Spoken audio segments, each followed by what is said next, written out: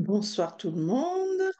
Alors, on a un programme sympathique ce soir, la quête de notre force intérieure. Tout un sujet.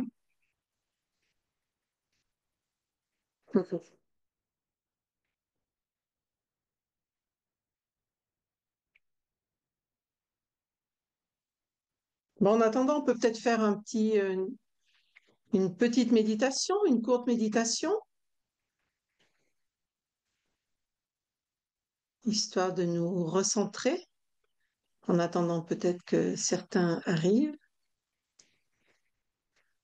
Donc, je sais qu'il y a des personnes qui écoutent, qui ne sont pas en France, mais pour ceux qui sont dans l'horaire français, notre journée est en train de s'achever, de se terminer. Donc, il y a eu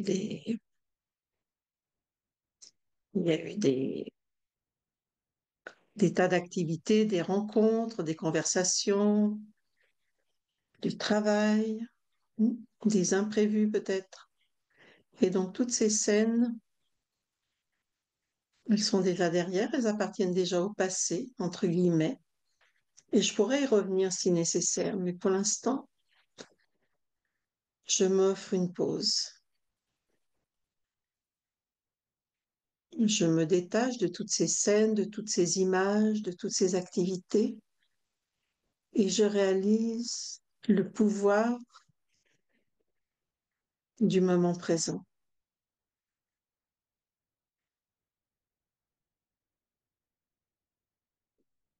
Quand je centre toute mon attention sur le moment présent où je deviens le créateur de ma réalité. Et il y a quelque chose de joli, c'est de réaliser aussi que le présent est un présent, un cadeau. Donc en fait, c'est tout un art quand on a cet intérêt pour prendre soin de notre monde intérieur et mieux le connaître et qu'on commence à développer certains outils. On s'aperçoit combien on peut créer de la beauté dans notre vie.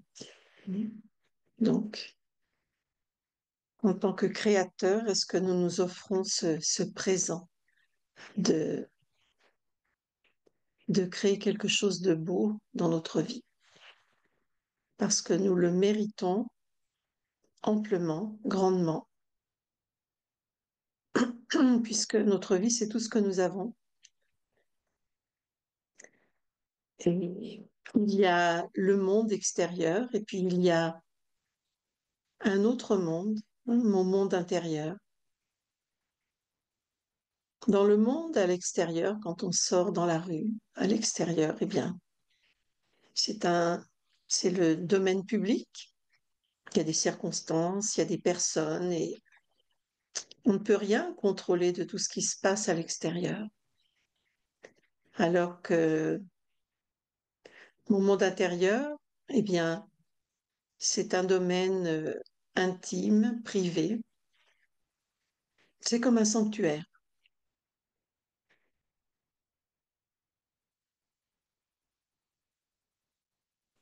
Et c'est dans cet espace sacré que je viens réfléchir aux choses importantes de la vie, prendre des décisions, réfléchir au sens de ma vie.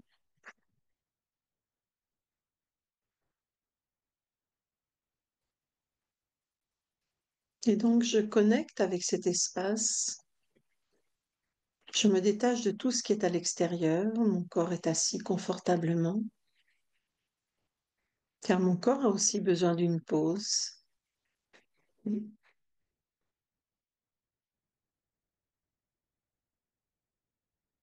Et je peux prendre conscience des battements de mon cœur,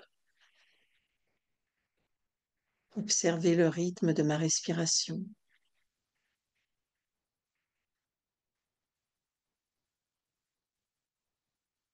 Observez également toutes ces activités silencieuses qui se produisent à l'intérieur de mon corps, le travail de chaque organe, de tous les systèmes, cette extraordinaire machine qui est ce corps humain.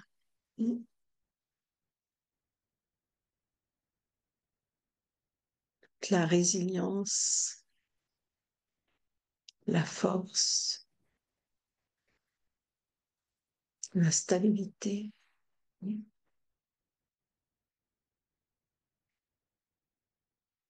Donc j'apprécie également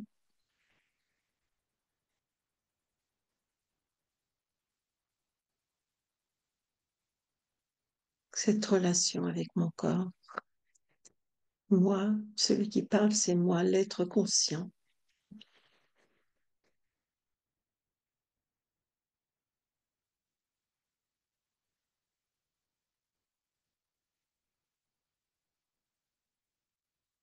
Et tout en me centrant sur ma méditation, à chaque inspiration, je m'emplis de calme, de sérénité. J'invite le calme et la sérénité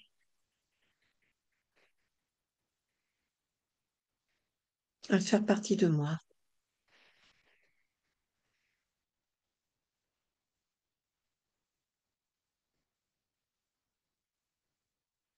En réalité, ces qualités font déjà partie de moi, de ma nature, de mon essence. Mais je les invite à être plus présentes en moi.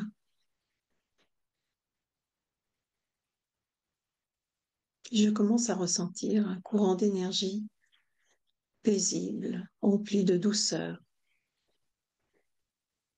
parcourant le paysage intérieur de mon corps,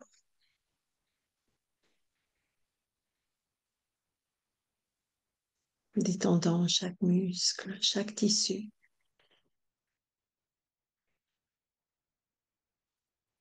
chaque organe. C'est comme si chaque cellule de mon corps s'imprégnait de calme, de paix.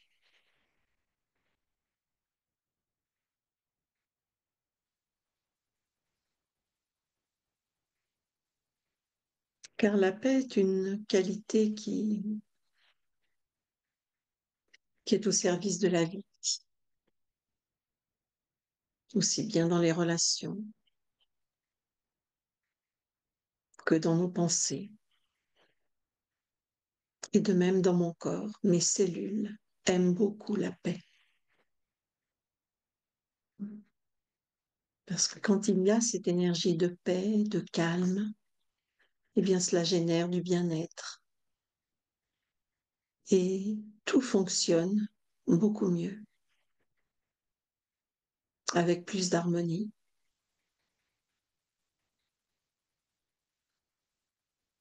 Et c'est aussi mon rôle de générer ce climat de bien-être, de paix dans mon corps,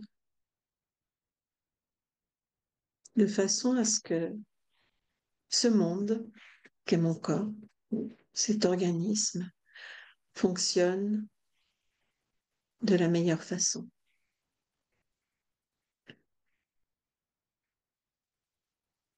Et de même, la méditation nous aide à créer justement ce niveau de paix, de stabilité, d'équilibre, de façon à ce que dans la dimension de la conscience, il y ait aussi du bien-être, de la clarté.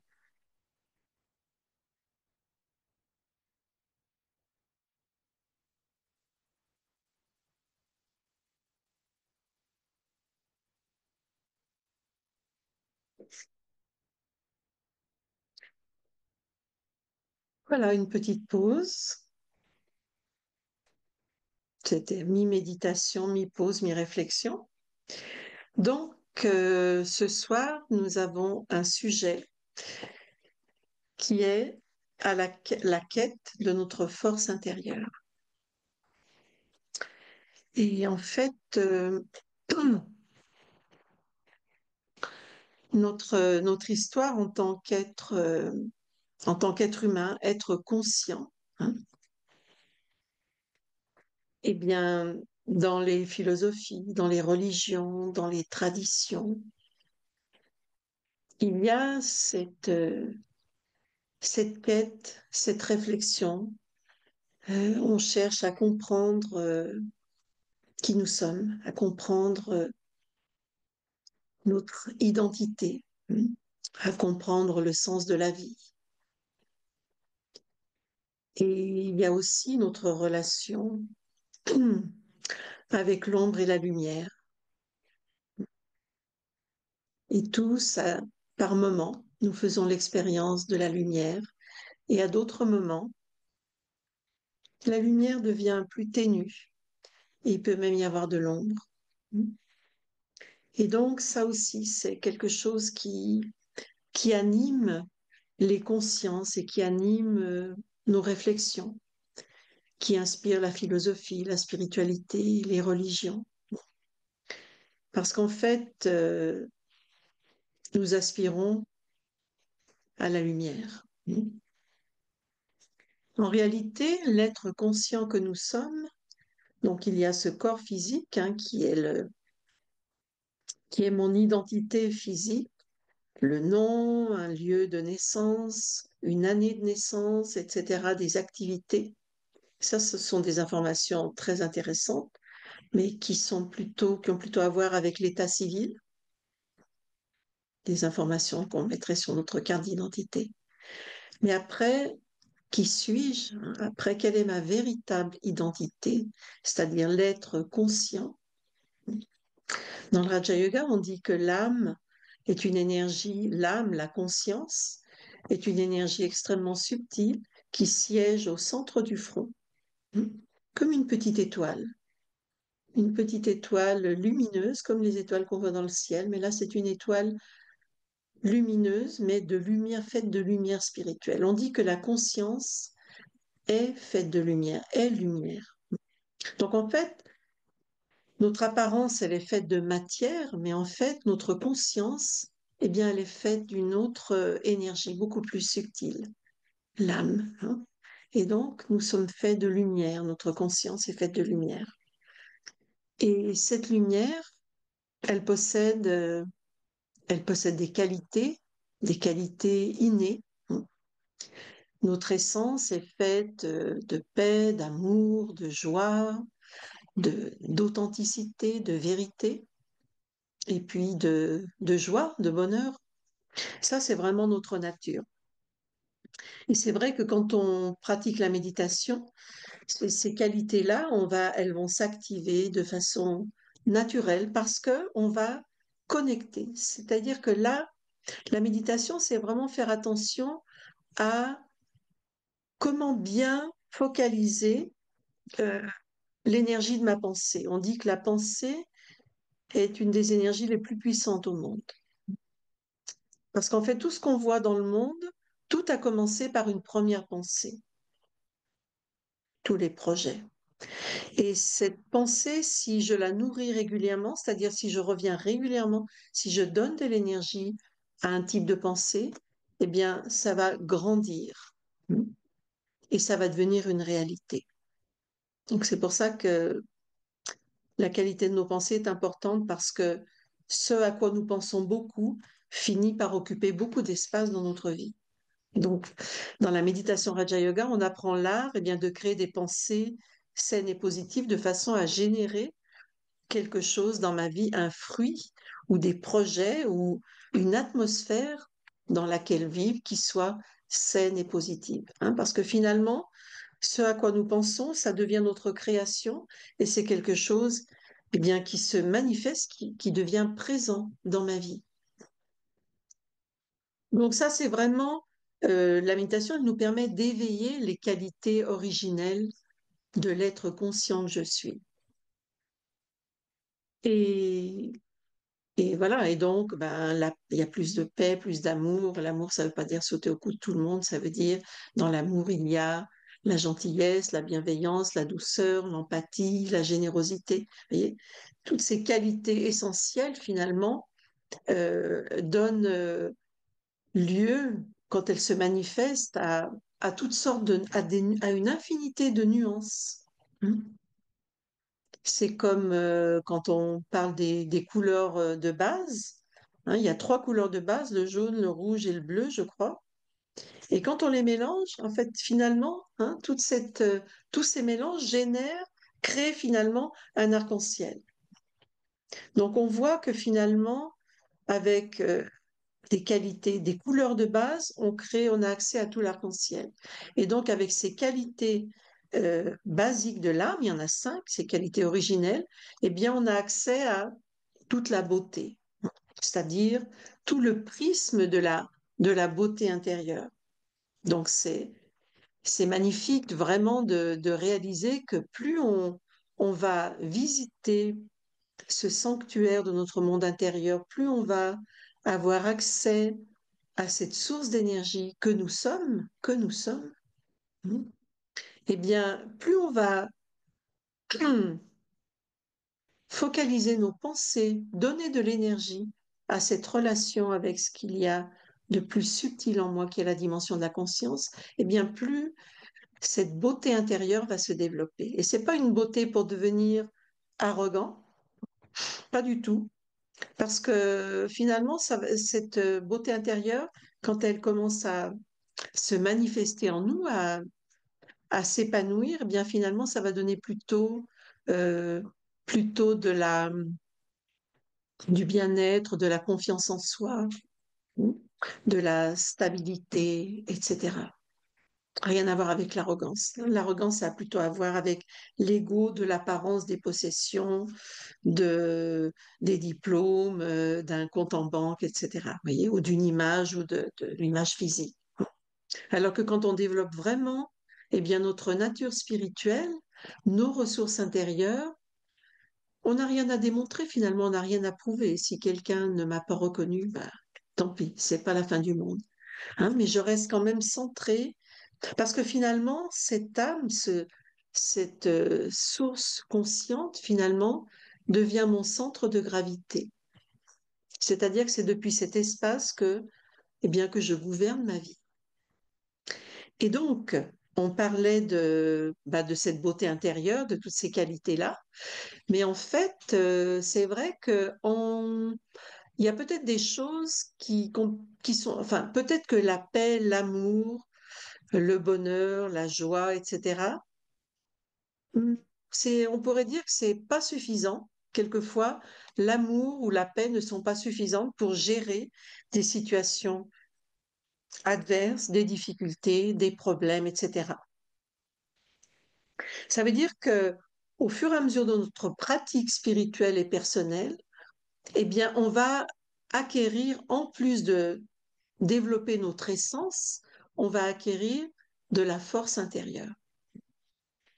Donc, la force intérieure, alors bon, le mot force, hein, quelquefois, ce mot force existe dans le monde, il est utilisé, et il n'est pas toujours très plaisant parce que ça peut être faire l'usage de la force, ça peut être dominer, ça peut être manipuler, ça peut être de la brusquerie, ça peut être, vous voyez? Donc, c'est quelque chose qui peut être violent ou ressenti comme violent. Et en fait, donc ce mot force, là, ça n'a rien à voir avec la force physique. La force intérieure, hein, c'est quelque chose qui va me permettre d'être d'être plus stable, plus libre intérieurement, plutôt que d'être ballotté ou influencé par des personnes ou des circonstances. Hein, parce que on est exposé tous les jours, depuis qu'on est arrivé au monde, on est exposé, eh bien justement, au monde, à des circonstances, à des comportements humains, etc. Et donc, on risque d'être impacté, influencé ou déstabilisé quand ces circonstances ou ces personnes sont euh, sont, euh, sont des personnes pas très agréables ou un peu abusives ou négatives, etc. Ou quand des circonstances, eh bien, viennent chambouler ma vie, comme une maladie ou un changement de travail ou une perte de travail, des séparations, etc. Hein.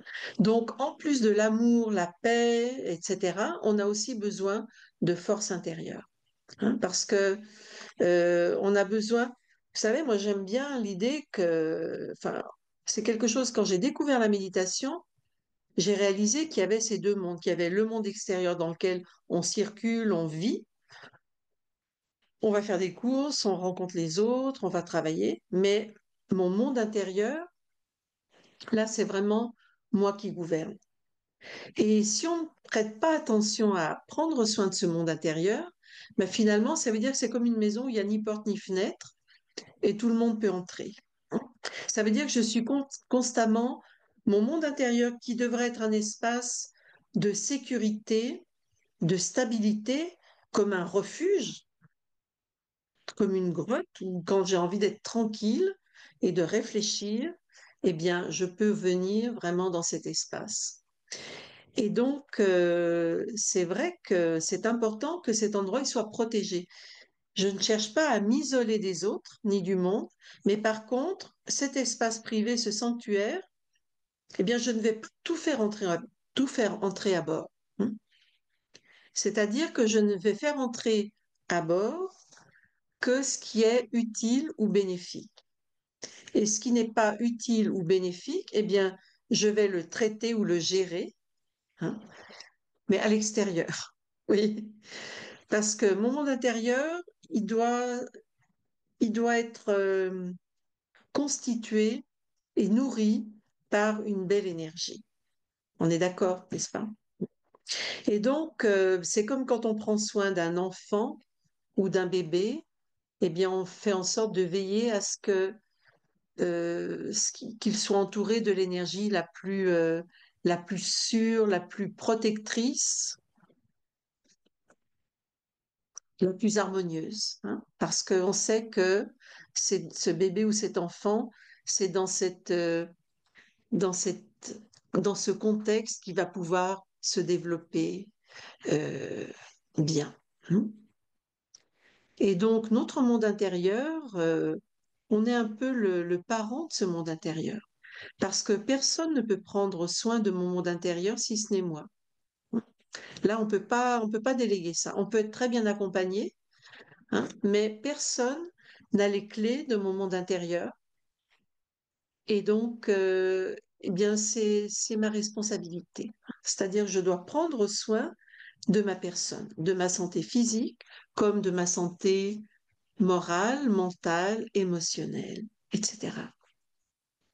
Et donc, plus on va faire ce travail de méditation, de mieux se connaître, du passer du temps avec moi-même, parce que n'est-ce pas qu'on passe beaucoup de temps avec les autres, mais est-ce qu'on s'accorde du temps aussi, hein? Et c'est pas seulement pour penser à nos problèmes ou penser à ce qu'on a à faire, sinon c'est vraiment être avec soi, apprécier notre propre compagnie. Parce que la première relation, vous savez que la vie, finalement, est faite de relations. Hein. Relations. Et la première relation, bah, c'est la relation avec moi-même. Et cette relation avec moi-même, elle est assez déterminante. Si elle est saine et stable, eh bien, elle va déterminer la qualité de mes relations avec les autres. Parce que ce qui se passe à l'intérieur, c'est quelque chose qu'on va projeter à l'extérieur. Voilà. Et donc, cette force intérieure qui peu à peu va se développer, eh bien, c'est une manière, en fait, cette force intérieure, on appelle ça comme ça, on peut appeler ça aussi le pouvoir intérieur. À nouveau, le mot force, c'est un mot qu'on n'utilise pas comme il est utilisé pour la force physique. Le pouvoir, pareil, ou encore pire. Le pouvoir dans le monde, c'est quelque chose qui peut être néfaste ou qui peut générer des abus, etc. Tandis que là, le pouvoir intérieur, on pourrait dire, c'est quand je suis dans mon pouvoir. Quand je suis dans mon pouvoir, eh bien, ça veut dire que je sais gouverner mon monde intérieur. Vous savez que dans le Raja Yoga, hein, la discipline qu'on enseigne et qu'on pratique, Raja Yoga, ça veut dire, bon, bah, yoga, c'est la grande famille de union, connexion, reconnexion, hein, avec soi. Mais Raja, ça veut dire roi souverain. Donc en fait, la méditation Raja Yoga me permet de retrouver ma souveraineté intérieure, ce qui est quand même plutôt intéressant et plutôt une bonne idée, n'est-ce pas? Parce que c'est quand même euh, logique et tout à fait souhaitable, et bien que je sache gouverner mon monde intérieur. L'art de gouverner ses pensées, ses sentiments, ses émotions, ses choix. C'est pas gouverner, contrôler, c'est gérer, administrer. Notre monde intérieur, c'est comme un royaume, on pourrait dire. Et donc, l'âme, l'être conscient, eh bien, quand on prend soin de l'âme à travers le silence, la méditation, eh bien, peu à peu, non seulement les qualités originelles de l'âme se manifestent, se développent, mais au-dessus, il y a une deuxième dimension, une force ajoutée, un pouvoir intérieur qui me rend libre et qui sait se gouverner. Et donc, ce pouvoir intérieur, hein, comme on dit, quand on dit être dans son pouvoir, eh bien, en fait, ça se manifeste à travers 8 outils ou 8 facultés, on pourrait dire.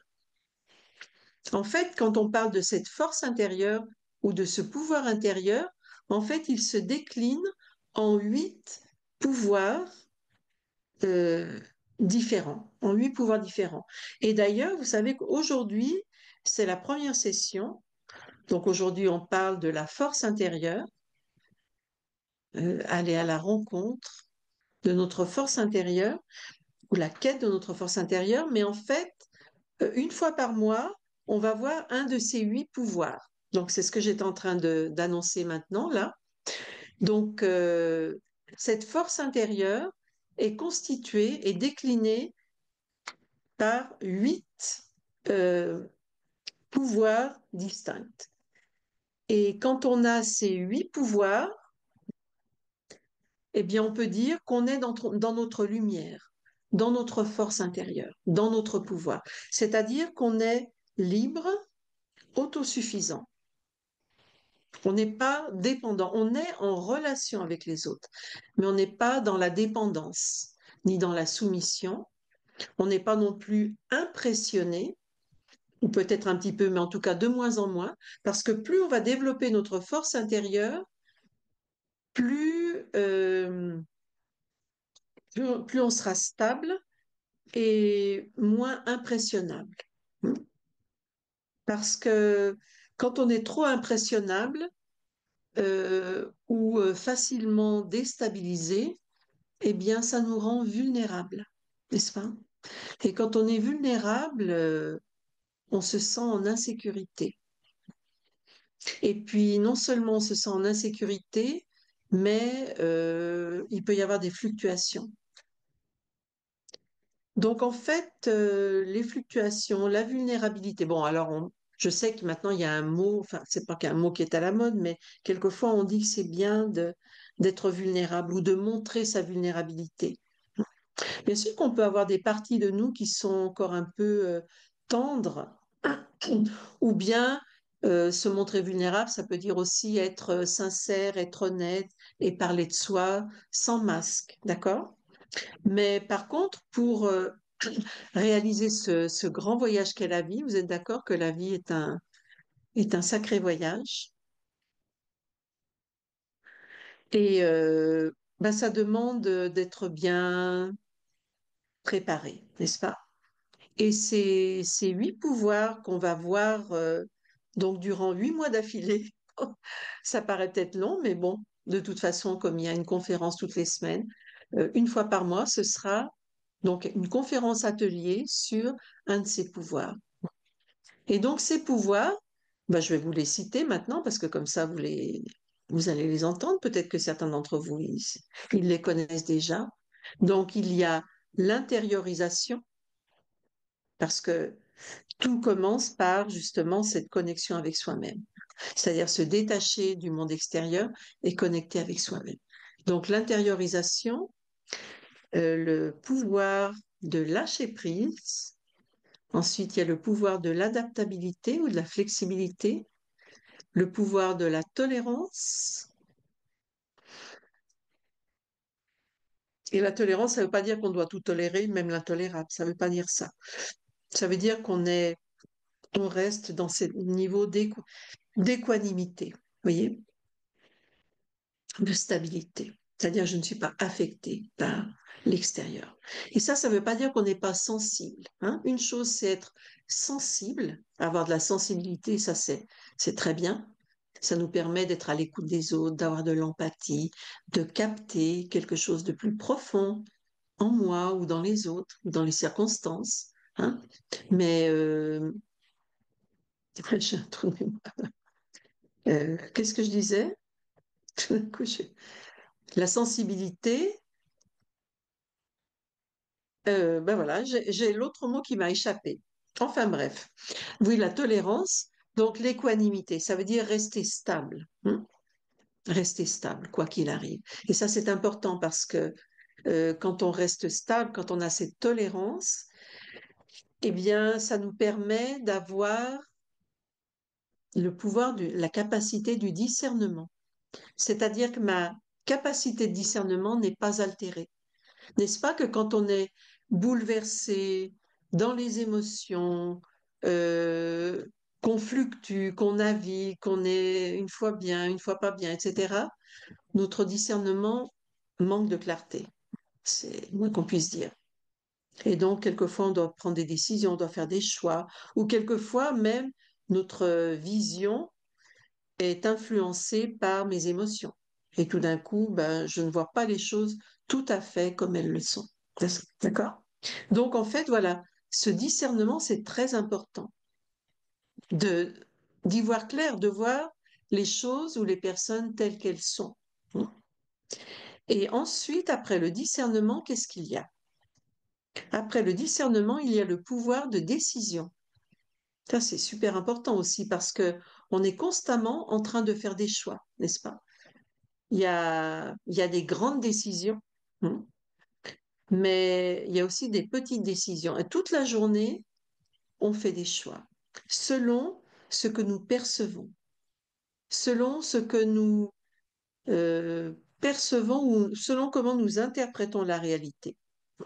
Alors, si j'interprète la réalité par rapport à ce que j'ai cru, par rapport à mon insécurité, par rapport à mes doutes, par rapport à ce que je me suis sentie blessée, etc., ce qui arrive, hein, bien sûr, mais euh, mon, mon interprétation, quelquefois, elle est un petit peu biaisée ou elle est un petit peu altérée, n'est-ce pas? Donc, si ma perception, mon interprétation est altérée, je ne vais pas forcément faire le meilleur choix ou prendre la meilleure décision. Voyez? Donc, en fait, il y a toute une série de conséquences, c'est-à-dire que ces pouvoirs, vraiment, hein, bon, l'intériorisation, c'est là que je regagne mon sanctuaire, mon monde intérieur, je deviens conscient de la dimension spirituelle, silencieuse, etc. Et ensuite, eh bien, il y a toute cette succession, la capacité de lâcher prise, c'est très important. Quelquefois, on a des pensées récurrentes qui reviennent sans arrêt ou le disque rayé, etc. Le lâcher prise, c'est la capacité de dire stop. Voilà. On revient à zéro, on remet les compteurs à zéro, on arrête les pensées répétitives ou quelquefois qui sont même des addictions, hein. On ne peut pas s'empêcher de penser à ci, à ça, à des personnes et comment on s'est senti, etc. Et donc là, quand on est dans le disque rayé, ben c'est pareil, ça peut générer de la confusion. Donc, on voit que ce pouvoir intérieur, cette force intérieure, nous permet de réduire les niveaux de confusion, d'altération, d'être trop dans l'émotionnel, parce que le risque, c'est que notre lecture ou notre interprétation de la réalité va peut-être être un peu colorée ou biaisée. Et donc, ça va pas, c'est pas une énergie qui va nous permettre de prendre les bonnes décisions. Parce qu'on sait qu'une décision, nos décisions, nos choix, eh bien, orientent notre vie. Tous les jours, c'est comme quand on conduit une voiture. Selon la direction qu'on prend, eh bien, on va arriver à tel endroit. Et si on n'a pas pris la bonne direction, on va peut-être aller ailleurs, mais pas dans l'endroit où on voulait aller. Voyez?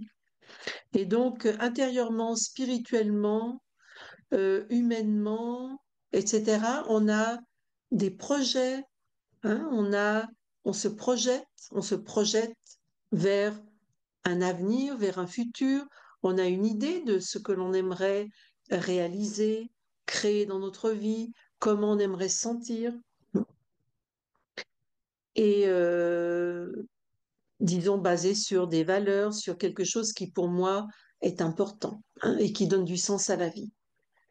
Et donc tout ça, c'est important que je sache bien gouverner ce monde intérieur pour vraiment arriver à la destination qui pour moi est la plus juste par rapport à qui je suis, par rapport à mes valeurs, par rapport à mes rêves. Vous voyez? Parce qu'on peut avoir des rêves ou une idée de ce qu'on aimerait réaliser dans notre vie, mais s'il nous manque des outils, eh ben peut-être qu'on va faire simplement la moitié du chemin, vous voyez? Et cette autre moitié qu'on n'a pas complètement réalisée ou parcourue, ça va créer un petit peu de frustration, de déception, d'insatisfaction. J'espère que vous n'êtes pas choqués par ce que je dis, enfin que vous êtes d'accord. Si vous voulez vous exprimer, vous pouvez. Et donc, voilà quoi. Ça veut dire que vraiment, on est à la tête de quelque chose d'immense. La vie est un voyage, mais notre vie aussi, c'est ce qu'il y a de plus précieux parce que c'est tout ce qu'on a. On a aussi les autres, les êtres chers, mais vraiment, la personne que je suis, euh, eh bien, c'est important que je sache bien la comprendre et lui donner les meilleurs outils et les meilleures ressources. Finalement, le chemin spirituel, c'est un petit peu comme on dit oui, les ressources humaines dans une entreprise. C'est important quand les ressources humaines sont de qualité et qu'on a les personnes qui vont être nécessaires pour le bon fonctionnement de l'entreprise. On aura besoin de gens qui sont dans la créativité, d'autres qui savent bien gérer, d'autres les finances, d'autres les relations avec les humaines. Vous voyez, il y a des tas de départements. Et quand tous les départements sont bien organisés, fonctionnent bien, ben, on a une entreprise qui fonctionne très bien. Et donc, finalement, cette gestion de nos ressources intérieures, de nos ressources spirituelles, nos valeurs, nos qualités, nos pouvoirs intérieurs, notre force intérieure, tout ça, eh bien, je devrais apprendre à bien le gérer. Parce que comme ça, tous les départements de ma vie, hein, eh bien, il y aura un cadre dans ma vie. Hein. Et un cadre, ça ne veut pas dire que c'est rigide, mais ça veut dire que c'est une maison qui tient debout. Il y a des maisons, là on voit en ce moment, il y a des tremblements de terre, enfin il se passe des choses terribles dans le monde. Et finalement, notre monde intérieur, c'est aussi comme une maison. C'est important de la visualiser comme une maison parce que c'est une construction. Et finalement, la première maison dans laquelle je vis, c'est pas ma maison ou mon appartement, parce que ça c'est un lieu pour mon corps, pour me reposer, pour dormir, pour manger, pour me doucher. Mais la première maison dans laquelle je vis, c'est ce monde intérieur. Et donc, voilà, on sait bien que, vous savez, l'histoire des trois petits cochons avec le loup qui vient souffler sur les maisons. Hein. Et celui qui avait une maison en paille, bon, bah, la maison, elle s'est envolée. Il y en a un autre, la maison, elle était je sais pas très solide, peut-être. Et bah, celui qui avait une maison très solide, bah, il est resté en sécurité et les trois petits cochons, ils sont tous venus se réfugier chez lui. Donc, en fait, la vie, quelquefois, bah, justement, il y a des... Alors là, je parlerai pas de météo, mais émotionnellement ou humainement, la vie, quelquefois, apporte des bourrasques, des tempêtes. Il y a des moments calmes, mais il y a des moments intenses, des moments de changement, etc. Et c'est pour ça que si cette maison intérieure, mon monde intérieur, il est bien construit, bien articulé, que j'ai développé toutes mes ressources, les qualités intérieures, et que je développe aussi ma force intérieure,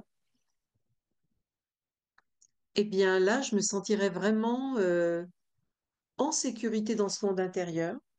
C'est-à-dire que je sais que je suis capable de traverser des situations pas faciles, des imprévus, des nouvelles, euh, euh, les relations, etc., etc., sans, euh, sans me sentir trop désorientée, trop déstabilisée ou ne pas savoir quoi faire. Vous voyez, je vais conserver cette clarté.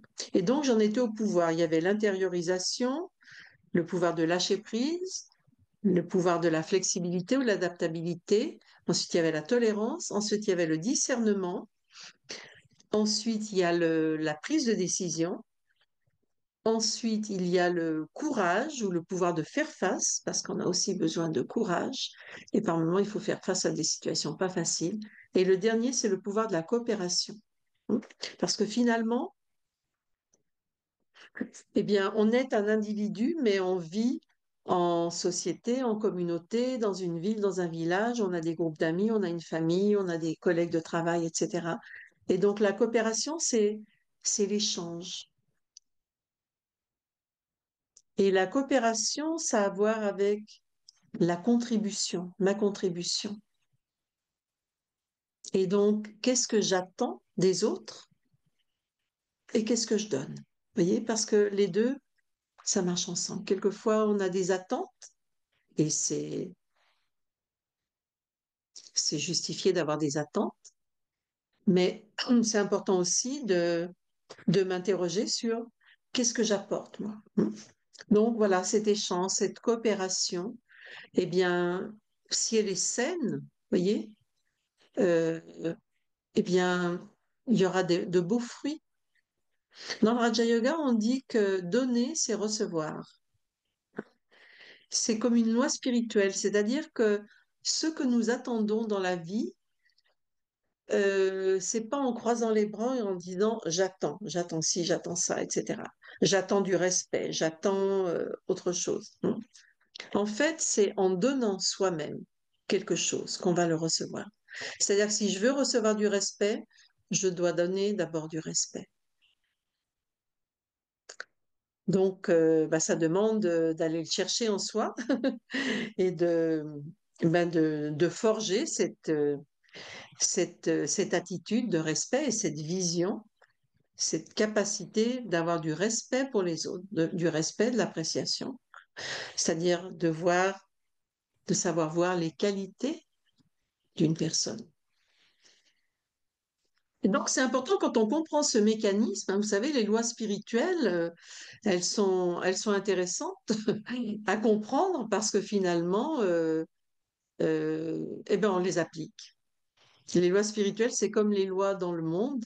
Hein. Si on est hors la loi dans le monde, on va finir en prison. Ou en tout cas, on va être un petit peu empêché dans nos mouvements. Et donc, c'est pareil, c'est important de comprendre les lois spirituelles parce que comme ça, je vais les appliquer et je vais voir que, comme on dit, ça marche, ça fonctionne. C'est très intéressant. Toute cette dimension spirituelle, elle est d'une grande intelligence et elle nous ouvre des perspectives, elle nous ouvre les yeux et elle nous donne des outils. Et donc, quand on a développé le potentiel de l'âme à travers la méditation, c'est-à-dire notre essence qui est faite de paix, d'amour, de sagesse, de clarté, de bonheur, etc. Et qu'on développe en plus notre force intérieure, hein, qui sont encore d'autres outils, et bien là, vraiment, il y a un sentiment de, ben, je sais pas comment on pourrait dire, de bien-être, de réalisation. Et puis on est bien, on est stable, on est costaud, quoi. Et en fait, ces pouvoirs spirituels, hein, ou cette force intérieure, qu'on peut appeler aussi la force intérieure, la force spirituelle, ou les pouvoirs spirituels, c'est pas pour gouverner les autres, c'est pour me gouverner moi-même. Et donc là, je deviens une personne, il y a moins de peur, moins de doute, moins d'hésitation, mais en même temps, il y a de la clarté, il y a du discernement. Voyez. Donc il y a cette sagesse qui se manifeste en moi et qui fait que le voyage est agréable. Et ça donne beaucoup de satisfaction, et puis aussi bah, de bons résultats. Parce que finalement, plus on comprend qui on est, plus on comprend ses lois spirituelles, plus on pratique et on travaille sur finalement ce qui donne un sens à la vie. Parce que qu'est-ce qui donne un sens à la vie? Est-ce que ça a à voir avec les choses extérieures? On peut avoir une voiture, une maison, etc. Tout ça, c'est important. Manger tous les jours, c'est très important. Mais si il n'y a pas à l'intérieur de moi de la paix, du bien-être, une certaine stabilité, confiance en moi, un jugement clair, tout ce que je peux posséder à l'extérieur ne sera pas suffisant pour faire de moi une personne accomplie ou heureuse, n'est-ce pas? Mm. Donc en fait, ce qui donne vraiment un sens à la vie, alors ça ne veut pas dire qu'on néglige l'extérieur, hein, mais ce qui donne vraiment un sens à la vie, c'est quand notre monde intérieur, il devient riche et vivant. Mm. Et donc là, on se trouve aligné avec le sens de la vie. La vie, c'est quelque chose d'extraordinaire, c'est une grande intelligence. Et plus on est aligné avec le sens de la vie, plus... Alors, ce qu'il y a d'intéressant aussi, c'est que la vie va me répondre.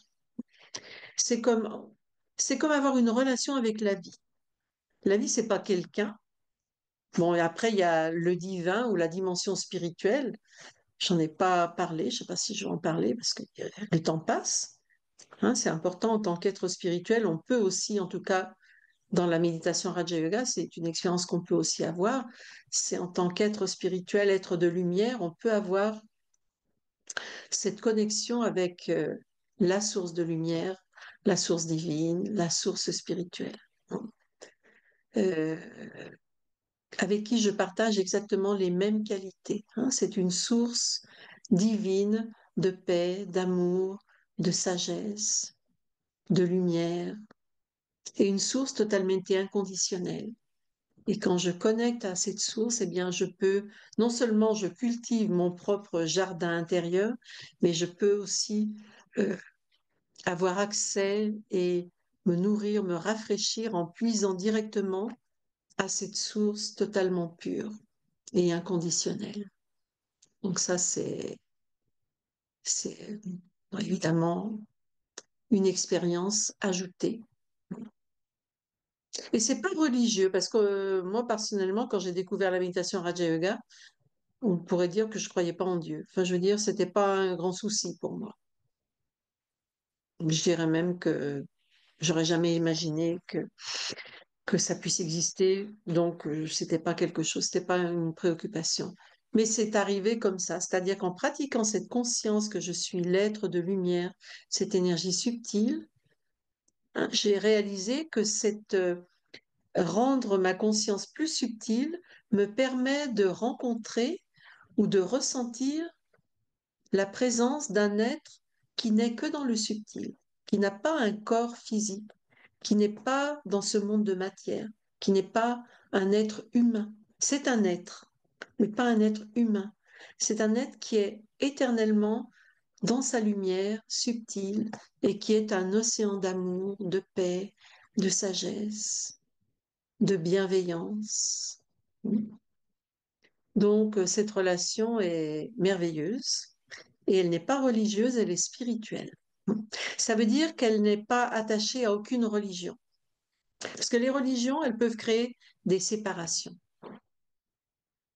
Il y a des textes, il y a des croyances, etc., etc. Alors que la dimension spirituelle, c'est quelque chose qui nous appartient à tous, quelle que soit notre croyance, philosophie, culture, religion ou absence de religion. Parce que même si on n'a pas de religion, eh bien, on est quand même une âme, on est quand même l'être conscient. On est bien d'accord. Et en tant qu'être conscient, qu'être de lumière, d'amour et de paix, eh bien, je peux faire l'expérience de cette source divine. Et ça, c'est une expérience spirituelle que tous les êtres humains peuvent expérimenter. Voilà, donc ça, c'est quelque chose, c'est un grand plus dans la vie, en tout cas dans ma vie. Hein, on a toutes ces relations latérales avec les autres êtres humains, les amis, la famille, les autres. Latérales, on est tous au même niveau, on est tous des êtres humains. Et puis, pour moi, il y a cette connexion verticale avec cet être qui n'est que lumière, qu'amour, que paix, qui n'a pas un corps fait de matière. Mais c'est un être, il existe et on peut le rencontrer. Donc, alors il existe, c'est pas parce que je vous dis qu'il existe que vous allez me croire. En fait, ce qui vraiment euh, est important, c'est l'expérience. Voilà, donc en tout cas, c'est une très belle expérience et qui donne aussi encore plus de force, de réconfort. Et c'est une relation. C'est une relation. Et donc, je termine la phrase parce que j'avais commencé autre chose. Donc, il y a cette relation avec moi-même qui est important. On doit prendre soin de nos relations avec les autres, mais le point de départ, le centre de gravité, c'est là. Cette relation avec moi, développer mes ressources intérieures. On peut avoir cette relation avec le divin, avec la source spirituelle. Et je suis fait des mêmes qualités. Hein. Donc on est vraiment, on pourrait dire, on est de la même famille. Vous voyez, on est fait de la même essence. Donc la relation, elle est facile parce que on est de la même famille, je pourrais dire. Et la troisième relation, qui est importante aussi, c'est ce que je disais tout à l'heure, c'est ma relation avec la vie. Et s'il y a cette ouverture, euh, cette clarté, etc., c'est comme si euh, j'avais une relation avec la vie où je ne suis pas dans la peur, je suis dans l'expression, il y a de la clarté, j'avance, il y a du courage, etc. C'est-à-dire, dans chaque situation, je trouve la meilleure attitude à avoir. Et en retour, la vie me donne un retour que c'est OK. C'est-à-dire que plus je fais des pas vers la vie, c'est-à-dire vers moi, vers les autres, etc., mais en utilisant cette intelligence spirituelle, cette force intérieure, eh bien plus la vie va me répondre et m'encourager et me porter, m'accompagner. Et c'est aussi une grande force. Voilà donc plein de choses à faire. Donc aujourd'hui, je vois qu'il est 8h moins 5 là. Donc aujourd'hui, c'était un peu la présentation de, bien, voilà, c'était le sujet, la quête de la force intérieure. Donc vous voyez que la force intérieure, finalement, c'est le fruit de plein d'attitudes, d'un travail personnel. Et c'est quelque chose qui se fait petit à petit, un petit peu tous les jours. Et puis ce petit peu tous les jours, hein, c'est comme une petite goutte ou deux, trois gouttes tous les jours, etc. Et petit à petit, eh bien, ces gouttes, elles vont former un lac ou une rivière. Donc c'est quelque chose euh, qu'on raffine au fur et à mesure qu'on avance, mais c'est aussi un investissement personnel, parce que par respect pour moi, par amour pour moi, parce qu'on aime les autres, mais est-ce que je m'aime? C'est important ça.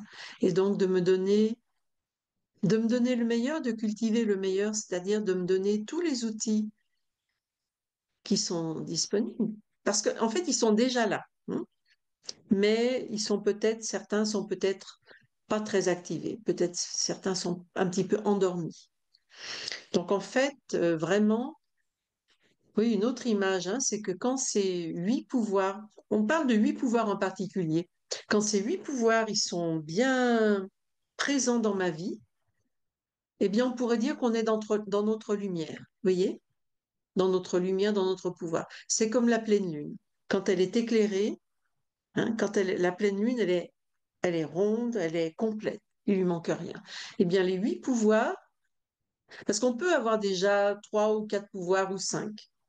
L'idéal, c'est d'avoir les 8 et comme ça, je suis dans ma lumière. C'est-à-dire que je me sentirai à l'aise dans toutes les situations. C'est-à-dire que je saurai quoi faire dans chaque situation que je vais traverser.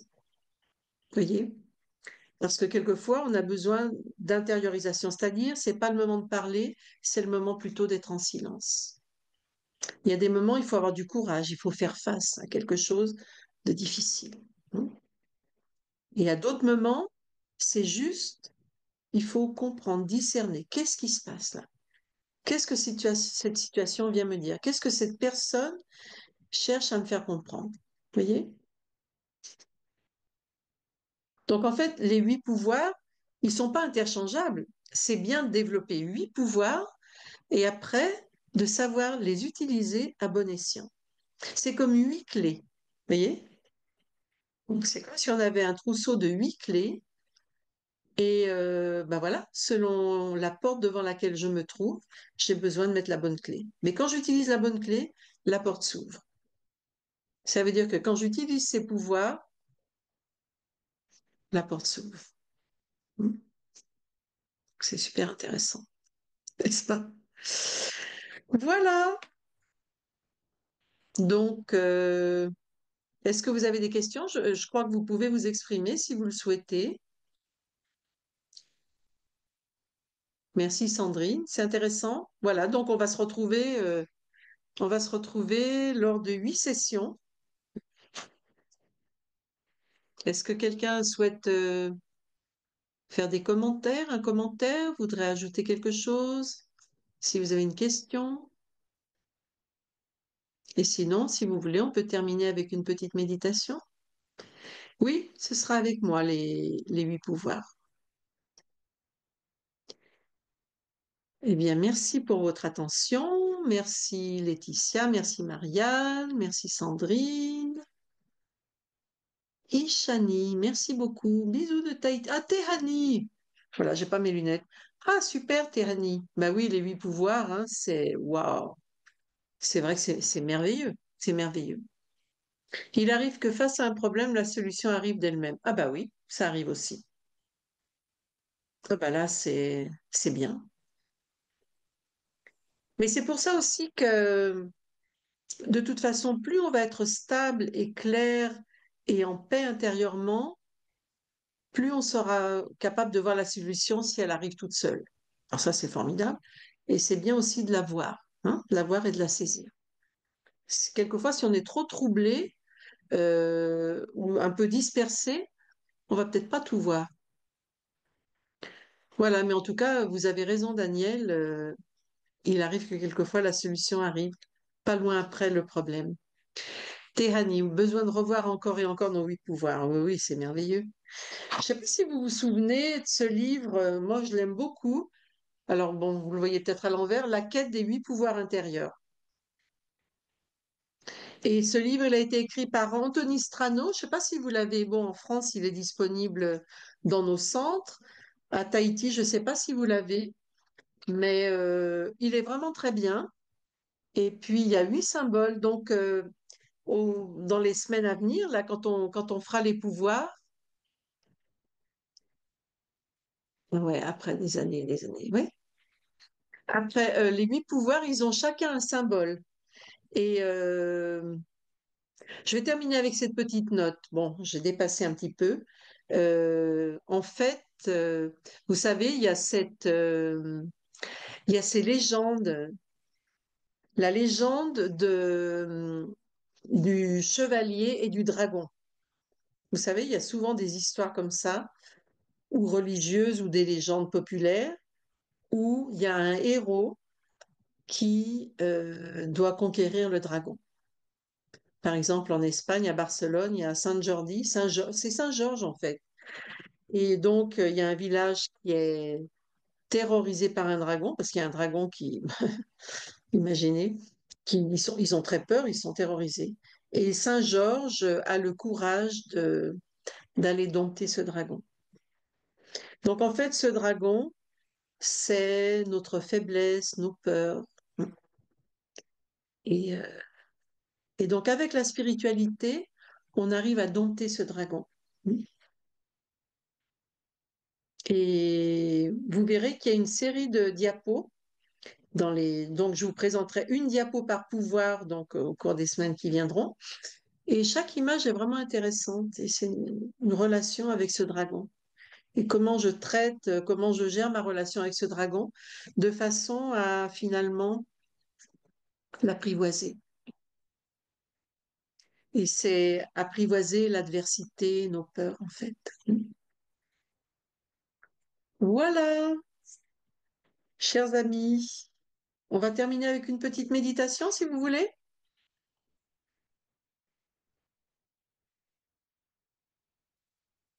Alors, donc nous pouvons nous recentrer, on peut recentrer toute notre énergie au centre du front et visualiser cette petite étoile, l'âme, une source d'énergie très pure et lumineuse. C'est l'énergie de ma conscience.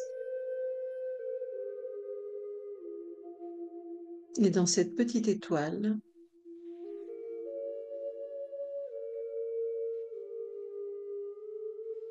eh bien sont concentrées toutes mes qualités, toute mon essence, ma personnalité, mon histoire.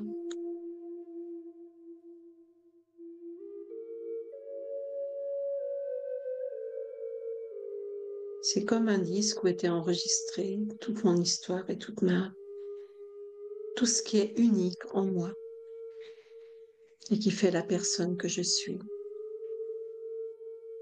Quelquefois, dans le Raja Yoga, on compare l'âme à un magnifique diamant. Parce qu'un diamant, quand il est totalement pur, transparent, il a une grande valeur. Le diamant, il reflète la lumière du soleil. Et donc l'âme, le diamant spirituel, reflète la lumière de la sagesse. Et plus un diamant a de facettes, plus il va refléter la lumière. Donc en fait, ce diamant spirituel, eh bien, plus on va prendre soin de notre lumière et ne pas faire entrer n'importe quoi en nous, dans notre monde intérieur. Prendre soin de notre monde intérieur pour ne faire entrer que ce qui est, que ce qui est sain. Accumuler de l'énergie positive. Et puis après, on va développer nos ressources, notre force intérieure. Donc, la lumière va augmenter, la force, la stabilité. Et puis ensuite, il y a toutes les facettes de nos vertus. Et chaque vertu a sa vibration unique, sa couleur unique, n'est-ce pas? Hein, on voit un diamant, il y a des facettes qui sont roses, d'autres bleues, d'autres jaunes, etc. Donc, il y a toutes ces nuances, comme je vous disais, dans la beauté intérieure. Et donc, plus on va prendre soin de nos ressources, de nos qualités, plus on va développer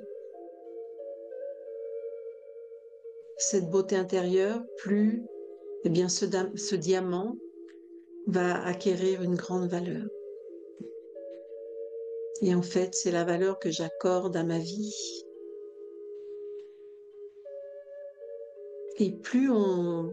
Ce qu'il y a d'intéressant aussi, c'est que plus on développe cette force intérieure, cette beauté intérieure, plus c'est pas seulement pour moi que je fais tout ça. Bien sûr, la première personne dont je dois m'occuper, c'est de moi. Et ensuite, c'est pour mieux partager, donner, être plus dans le don, dans l'ouverture,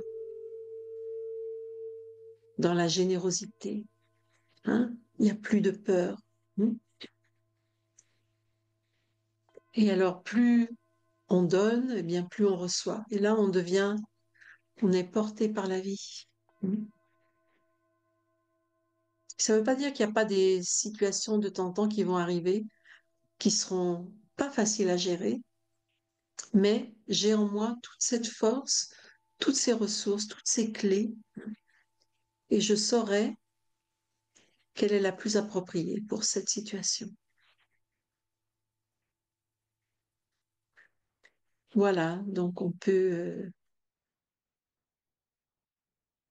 visiter régulièrement ce sanctuaire de notre monde intérieur, visualiser l'âme comme, eh bien, comme quelque chose de précieux.